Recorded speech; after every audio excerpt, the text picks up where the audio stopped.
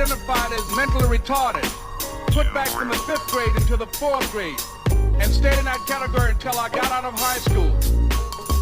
I don't have any college training, but I met a high school teacher who one day changed my life. I was waiting on another student, and when he came in, he said to me, "Young man, go to the board and write what I'm about to tell you."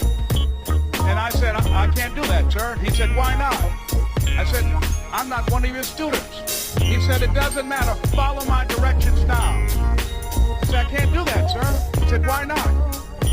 I said, "Because I'm educable mentally retarded." And he came from behind his desk and he looked at me. He said, "Don't ever say that again. Someone's opinion of you does not have to become your reality."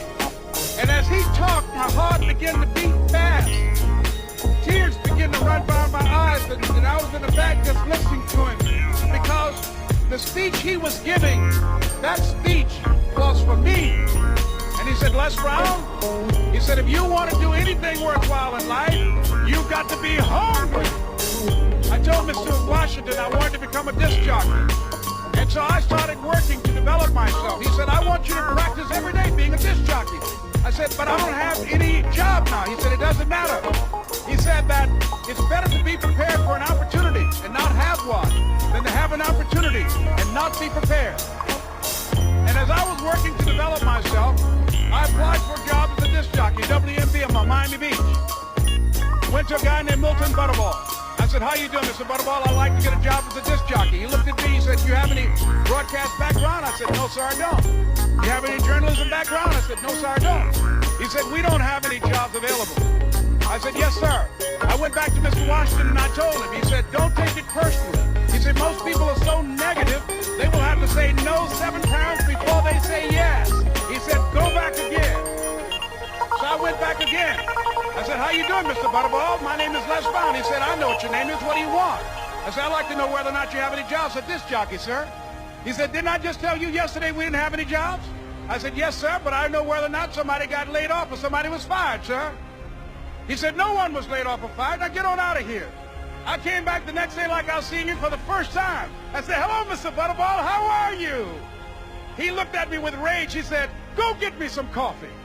I said, "Yes, sir." And I went to get him some coffee. After a while, I would get their lunch and dinner, and I would go in the control rooms and take the disc jockeys their food, and I would not leave until they would ask me to leave. One Saturday afternoon, while I was at the radio station, a guy named Rock was drinking while he was on the air. I was the only one there, looking at him through the control room windows, walking back and forth, young, ready, and hungry. Pretty soon the phone rang, and it was the general manager. And I answered the phone. I said, "Hello?" He said, "Les, this is Mr. Klein." I said, "I know." He said, "Rock can't finish his program." I said, "I know." He said, "Would you call one of the other DJs in?" I said, "Yes, sir." I hung the phone up. I said, "Now he must think I'm crazy." I called my mom and my girlfriend, Cassandra. I said, "Y'all turn up the radio and come out on the front porch. I'm about to come on the air." I waited for about 20 minutes, and I called him back. I said, "Mr. Klein, I can't find nobody." He said, "Young boy, do you know how to work the controls?" I said, "Yes, sir." He said, "Go in there and don't say nothing here." I said, "Yes, sir." I couldn't wait to get behind those controls. I put on an old Stevie Wonder record called Fingertips. I sat down behind that turntable. I said, "Look out, this is me, LB Triple P. Les Brown, your platter playing papa. There were none before me, and there will be none after me. Therefore, that makes me the one and only. Young and single and love to mingle, certified, bona fide, indubitably qualified to bring you satisfaction, a whole lot of action. Look out, baby, I'm your love man." I was hungry. I was hungry. You got to be hungry. Begin to know that you have greatness within you. And if just one of you here begin to envision yourselves as being blessed and highly favored to reach your goals, if just one of you capture the essence of what that means, that you have greatness within you and a responsibility to manifest that greatness, that you can make your parents proud, you can make your school proud, you can touch millions of people's lives And the world will never be the same again because you came this way. It was hard, ladies and gentlemen, coming to speak to people. And I was facing financial difficulties in my own life. I was behind on my bills and my dreams, and I'm saying to them, you can live your dream. It was hard, ladies and gentlemen.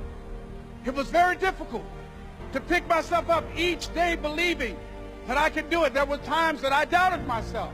I used to ask myself, can I do this? And something said within me, you're the one. Don't give up on your dream.